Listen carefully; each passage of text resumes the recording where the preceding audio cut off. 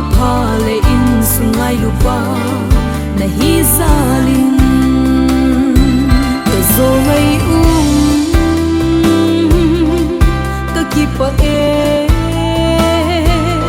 pa thiên ging le za bo ngai lu mi pa pha na hi zalin ka zo ngai ka ki pa nei ko sa na ho le nei ngai lu na ho zalin et ba choi chim lo ri ngai sim pa re nga lu pa thi ken thang ba chim lo ding long sen long lo ai chan ka pa ka le si nai beng tu play ku tu ding pa nei pe tu nin ka ki pa na ho na ang sunga ka hin po ken lang sang e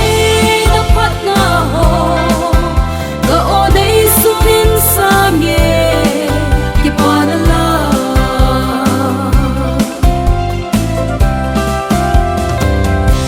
ni tin hin kwa ning hin na dia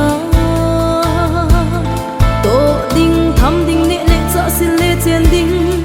na bui pi na ka ki pa na say so hello ale thu na ding na cha ke ma i ma nei lo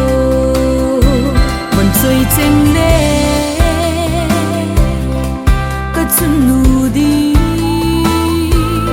ne pi ne nong mo nong mi pa hi sing zeng in lang son hen mang hen na hin kum khu dam thei phat thei nan na zui sing hen kum khu sa i et ba choi chim lo ri ngai sim pa re nga lu pa thi ken thang ba chim lo ding long sen long lo ai chan ka pa ka le si nai beng tu play ku tu ding pa nei pe tu nin ka ki pa na ho na ang sunga ka hin po ken lang sang e na phat na ho ka o dei sunin sang e ki pa na la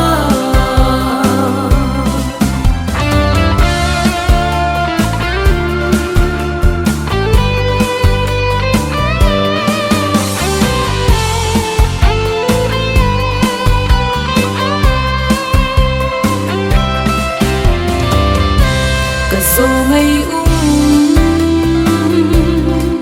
ka ki pa